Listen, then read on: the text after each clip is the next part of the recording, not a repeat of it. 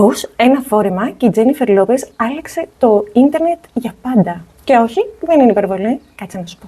Το 2000 η Τζένιφερ Λόπες εμφανίζεται με αυτό το εκπληκτικό πράσινο φόρεμα για τα Grammys.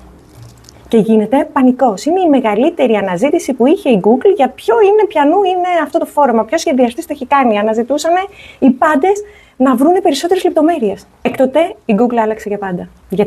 Γιατί ο κόσμος ήθελε αναζήτηση με εικόνες. Και η Google έπρεπε να το κάνει. Έτσι, μέσα σε μερικούς μήνες από εκείνη τη στιγμή έφτιαξε την αναζήτηση με εικόνες, ώστε να μπορέσει να εξυπηρετήσει τα θέλη του κοινού.